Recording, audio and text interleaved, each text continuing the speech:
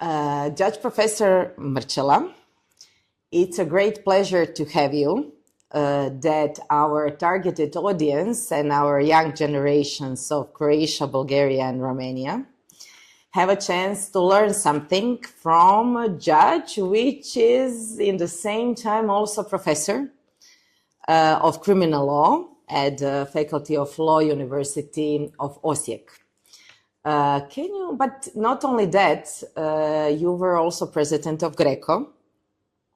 So when we are talking about corruption and high-level corruption cases, can you maybe particularly, once that you joined experiences from position of judge, position of president of GRECO, and a professor, what would you say how Croatia approaches corruption cases? Why different bodies have different responsibilities in overall building of integrity in Croatia among different professions and young lawyers? Okay. Well, thank you for the invitation and for the opportunity to talk to you about this. I don't know if the young lawyers will learn something, but maybe they can, use this and the whole project as the, let's say, new approach to the fight, primarily prevention of the corruption. The topic that you mentioned is, I think we should look at from the 2 points of side. One is the so-called new democratic countries who are willing to join the international bodies. Most of them are in the Council of Europe, but important thing is for the EU accession. And let's say the old democracies, so-called Western civilization, although there is an Eastern civilization also. So we should look at from that two angles. The thing is that the GRECO agreement is a partial agreement of the Council of Europe, which is therefore covered all the Council of Europe member states, plus United States of America and Kazakhstan from recently. So the issues of the GRECO, which was established for the prevention of the corruption, that is the main aim. And of course, the fight against corruption is to have as much as possible unified standard in that area. So having in the mind particularities of a different system. In some systems you have specialized body, like in Croatia USKOK, or in Romania you have the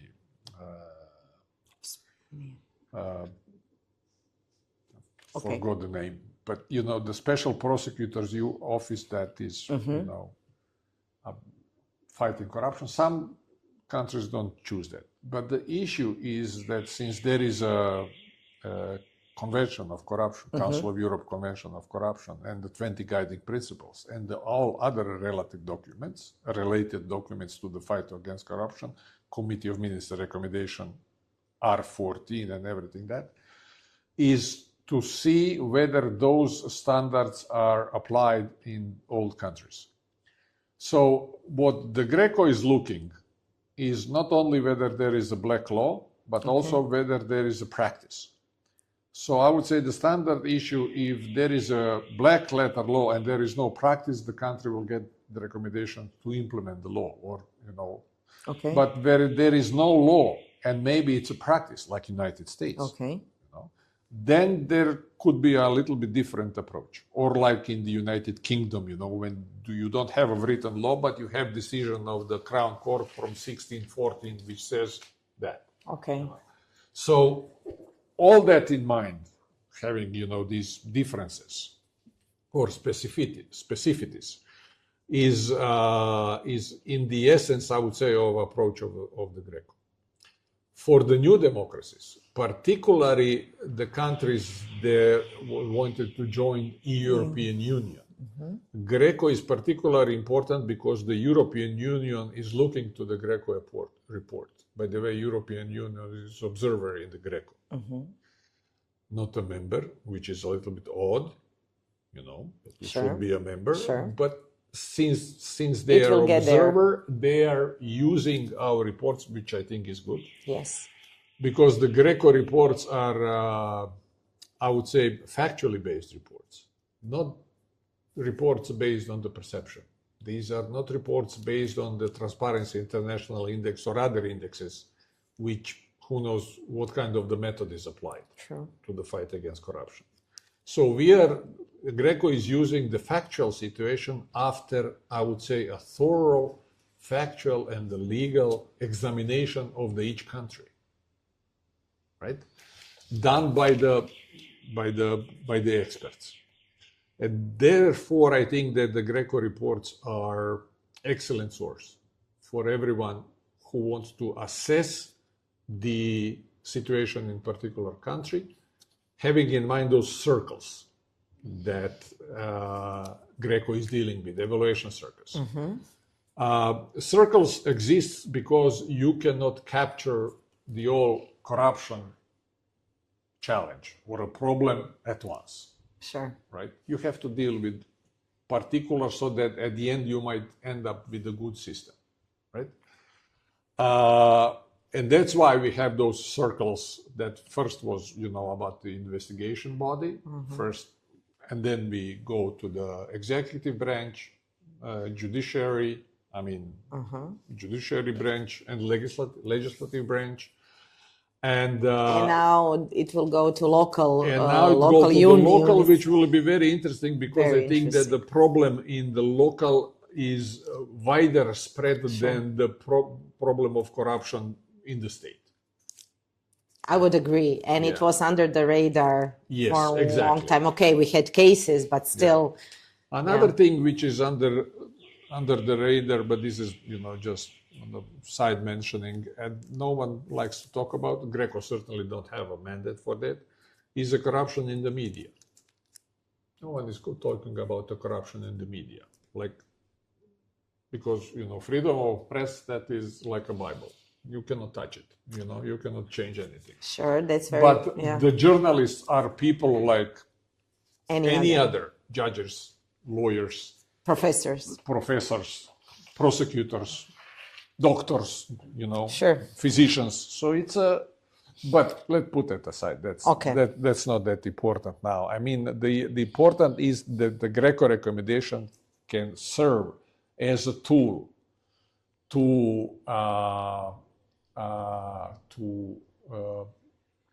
put the light when the dark is. If you know what I mean, you know, maybe to discover something and that's happened. That's happened, you know. Many countries receive the recommendations in the area where they did not have any problems, like proactive investigation method or, you know, or something like that, you know.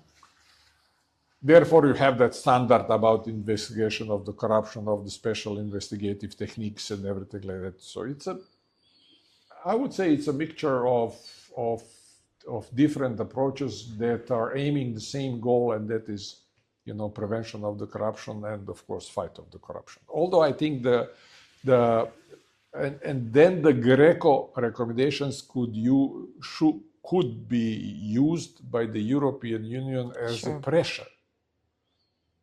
Pressure maybe is a strong word. But, but you know, for some kind of the changes. You know, in some cases, people are simply not aware of that. Let's say the code for the judges, code of conduct for the judges, for the prosecutors, for the state officials, and the highest officials. I know it by exactly. So it's you know, people are not aware of the problem. You have the member of the parliament in Croatia who said, you know, a couple of months or maybe a year or two ago, what is the problem if I bring the picture to my, you know, the surgeon who operated my mother? I don't see a problem. So it's Yeah, but it has to be, parliaments also have their codes of conduct and codes of ethics, but also implementation now is very important. Hopefully it will be called upon much more by other... No, but the thing is that people took some things for granted, and they might not be aware of the situation where they, which could pose the problem of not only of conflict of interest, but breach of the code of conduct anyway. Right, and GRECO is also important now to give certain recommendation on law and lobbying, because law and lobbying is just one of the examples which can be very good to have, but that also raises issues. What is the meeting? Who can get a meeting? How to transparently publish it? One of the key words of all GRECO's report, which means fight against corruption, is transparency. Right. So, I would say new democracies, which is when you split the Europe at half, and then on the right side or on the east side, is that lobbying have a perception of something bad. Mm-hmm. Right? In the Western countries, particularly in the US, lobbying is perfectly normal activities and very good paid, and legal.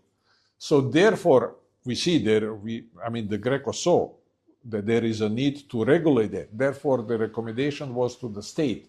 And the recommendation is always to the state, never to the right. Someone else, but to the state, to have the legislative frame for that. And of course, then that legislation and that frame should establish that transparency principle, that the meeting of the lobbyists with the politicians should be transparent, not in the meaning that the media should be there, of course not. Sure, and not maybe in the way of content, exactly. Because but there is a business secret. But there was a meeting. So therefore, the recommendations are to the parliamentarians and to the executive to put in the websites. That's the most easy way today. Right. What are the meetings? To whom did I meet, and what is the topic? Without details, of course, which would make, but that has to be more transparent, and it has to be open. And who is the lobbyist? Who should register? Exactly. Are lawyers lobbyists? There are many questions which can. But when you started to explain the importance of GRECO, particularly for new democracies, and you are criminal judge, right? And criminal law professor and expert. But you said something which I find myself using more and more when I approach this topic. You put an emphasis on prevention. Yeah. I would agree with that, because particularly, and maybe we can come now to adjudication or corruption cases or political white-collar crime cases where we have concurrence between entrepreneurs and officials, etc. Lots of media and public is expecting miracles from criminal law. In these cases, particularly because cases can last long, which is no exemption in other countries. Some of them are very complex, some of them not, but some of them need a level of, of course, the defense has to use and can use everything that is given to defense by law and criminal proceedings. And everybody has the right to defense. And certain complex issues have to be proven, particularly when you have a big company alongside. But actually, we kind of tend to forget that when it comes to criminal law, all other branches of law and society kind of failed because it took some time in order to, make an agreement within the ministry, breach certain administrative rules, maybe some tenders are not done properly, and many officials are witnessing it. So maybe before we move on to criminal part, can you also emphasize this prevention part? You know that, at least for us professionals, criminal law is always considered to be a last resort. Of course. Right? So if you have to apply a criminal law in the corruption arena, that means that everything else failed. Yeah. Right? Yeah. I always saying, and I will repeat it because I firmly believe that the fight against corruption starts in the kindergarten and in the family, at home. I would say the best, well, maybe not the best, but one of the very good example of the fight against corruption is Hong Kong and their commission of the anti-corruption, which started because the Englishman commissioner who was their police officer was taking bribes, and the people were appalled, and they established that.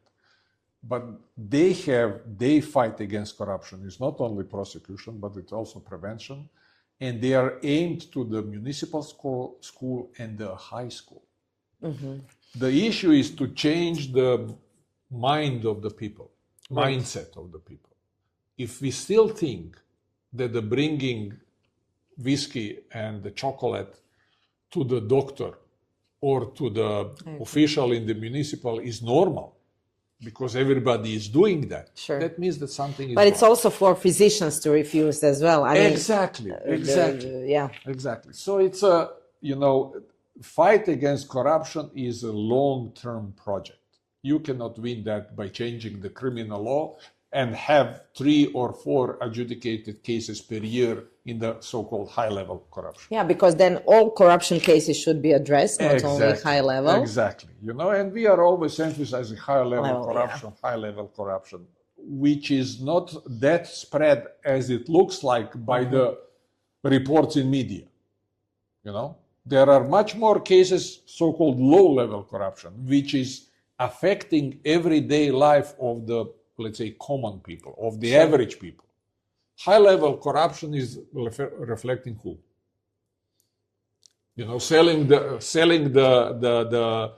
richest state company to the foreigners. Well, you can say that affecting me when I'm going to the and buy gas, but in the municipal area, if the Marco can get the building permit in the 2 weeks and I cannot get it in the 2 years, then sure.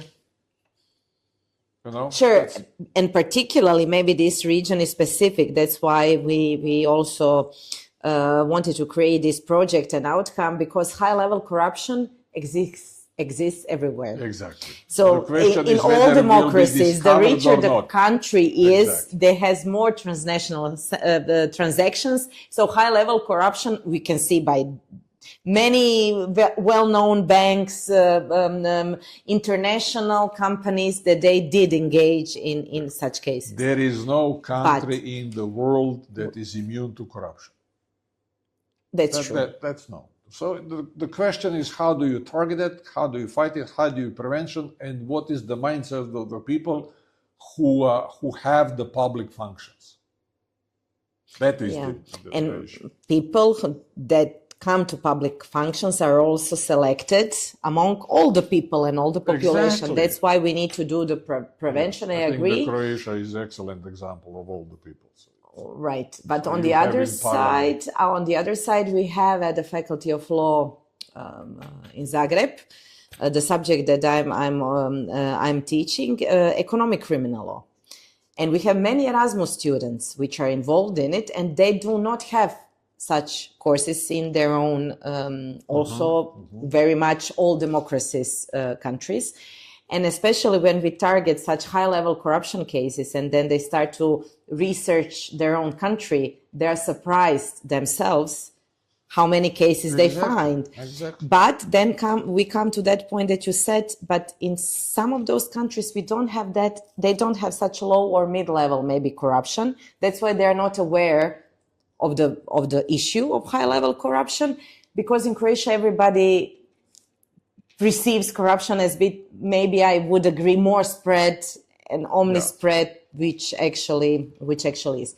But when you judge such cases, what it is important that you get from the prosecutor and what can be contested by defense. So for you, what are those moments which are crucial to be established to find person guilty or not guilty? And yeah. Well, everything depends about the evidence, of course, whether there is evidence or not. So for me personally, I care only that the process is done in a fair way.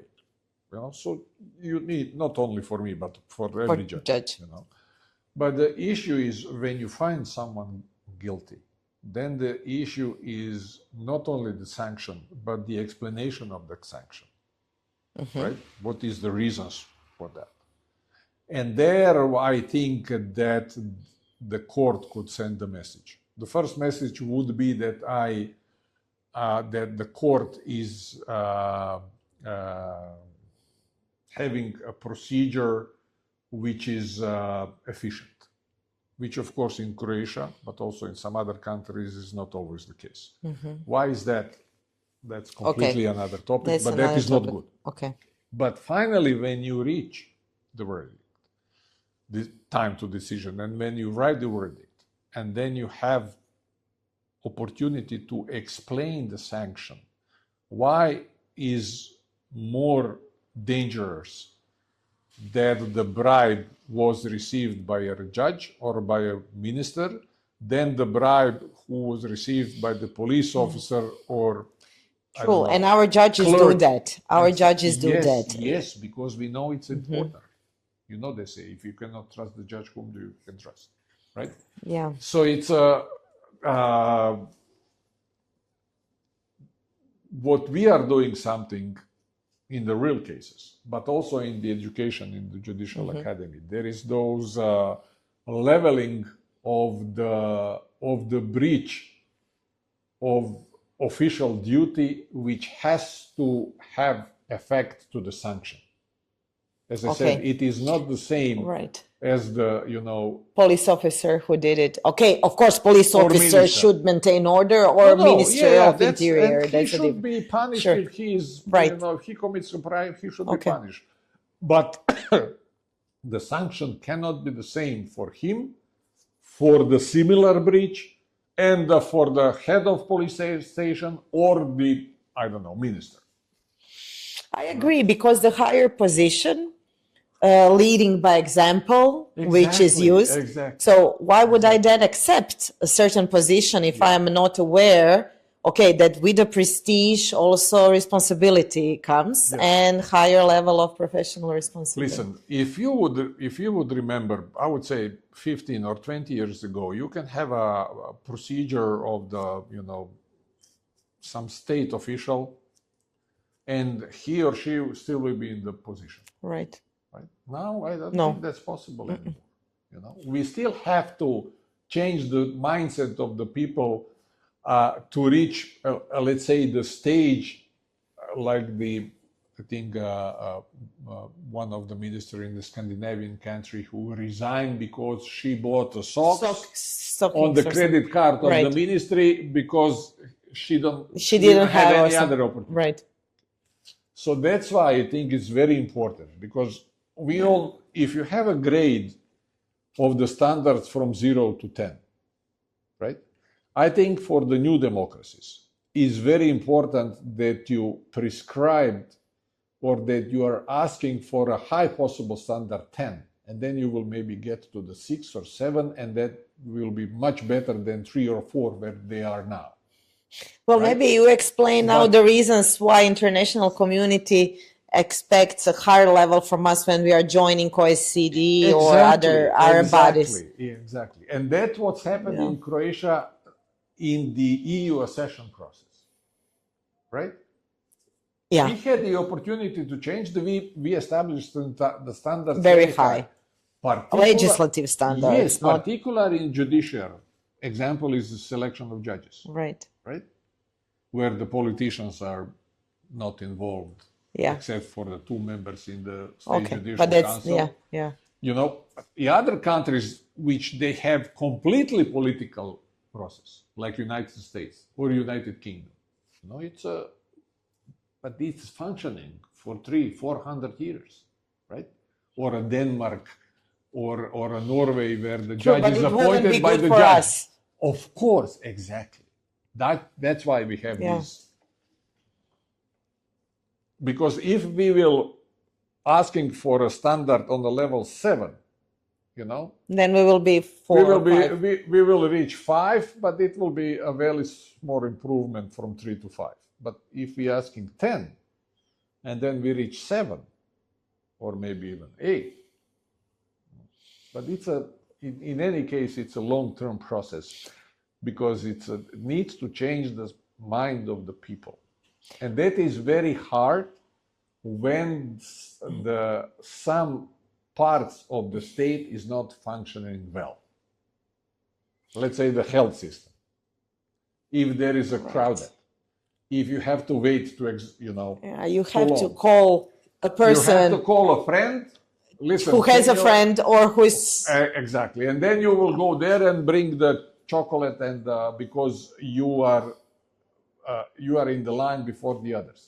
Yeah, but then we come maybe to the question, we had that case, one of the biggest corruption cases, right? Where one pharmaceutical company used physicians to prescribe their drugs, but actually the monetary gain that the company had to pay was not very high. So just to emphasize, maybe before we move to the last question, to your role as a professor of this topic. But when we are talking about corruption cases, why is it important to follow the money and actually take the money? Because, if I took some money for political white-collar crime and I don't need to get it back, then actually I do have incentive, maybe, if the money was my motive, of course, not the power itself. Forfeiture of a stolen asset or the forfeiture of money is, the cornerstone of that. It has to be shown that if I'm saying crime not paid. Right. So it's therefore taking forfeiting the money is very important. Is crucial, and that's maybe the message also for future practitioners in this field, to always and immediately when they start investigating. That's why you have these international standards that you even will take money of the defendant if he or she cannot prove that legitimate origin of the money. Okay, it makes sense in today's world to do it. Okay, so when you combine all the experience, which is really immense that you have, and your scientific and expert work, and your we are together in a working group that now amends the law, criminal offenses against environment, which are extremely important and public good out of interest for Republic of Croatia. So when you teach younger generation, either students of law or prosecutors, judges, when we discuss as professors at different conferences, can you please tell me what do you think? What is the best way to convey the message for new generations? Mm-hmm. We are doing podcasts also because we want people to hear. Maybe they will not read if we wrote a paper on it. So, what do you think actually changes, and how should we best approach new generation that is coming from this part of the region? How to catch their attention the best? Well, I'm inclined to say social media, but I don't like social media. Okay, this will go to social media. So. Yeah, I think the social media now, these days, bring more harm than good. But maybe I'm biased, and maybe I'm old, but so that's why maybe I have this opinion. But I think the if I will have to say only one thing, I would say education. Mm-hmm. And therefore, but some things, particularly those corruption-related prevention teams, should be repeated many times. Repetitious matter studio. Exactly. Yeah. That's why we have, for instance, one of the everyday topic in the Judicial Academy is a code of conduct, right? Because of the code of conduct, which could not necessarily be the breach of code conduct could not necessarily means disciplinary breach it does, or even criminal. Okay, but sure. we'll examine all the possible situations when you can, how do you say that, non-consciously fall in a trap of the corruption. Right? Sure, so, particularly in smaller countries like ours. And particularly in the smaller communities. Smaller community, everybody knows everybody. Yeah. So I would say education. I think that's, so what kind of education, now, we can discuss about that. But education, but I think that it starts in the kindergarten. It starts at home, because the young children are behaving in the copy-paste mode, right? What I see, how my father is reacting when I'm, from 3 to 6, and my mother, I will do that. That's why, psychology is important, sociology is important, criminology is important, but everything starts with your education, and everything starts at home. So it's, and in the kindergarten. And then elementary school, everything there is I think that psychology will say what you what you put in the child between 3 and 6. It stays forever. Yes. Yeah, but then again, that's why we need education more if anti-corruption behavior is not omnipresent. Listen, and you cannot, of course, the way that you will present this, it's not the same to the student or the kindergarten kid. Sure. That's why, academic Barbic once said, nothing in the law is not already invented. Everything is already invented. The issue is how we will, discover that, how we will explain that, and how we will transport that into our system. Hong Kong example, they have a small booklets that are explaining to the very young kids in the kindergarten, in the elementary school, and in the high school, what is expected behavior, what is good, and what is not good when you are in the kindergarten, when you are in elementary school, and when you are in high school. And then if you are planting those values, actually, from 3, when someone is 3 years old until 17 or 20. I agree, but it has to be widespread, because one cannot be exception, because it won't work. That's why I agree. We have to have it for all the professions. That's why we are issuing that's why the GRECO is issuing recommendations to the state. So the state should implement to the whole country. Right. No matter whether this is Bulgaria, Sweden, or France. And that we understand each other on the common space, what is allowed or not. Yeah. Okay, thank you. I'm sure that it will be out of great benefit to our audience, and you were interesting to talk to, as always. So thank you very much. Thank you.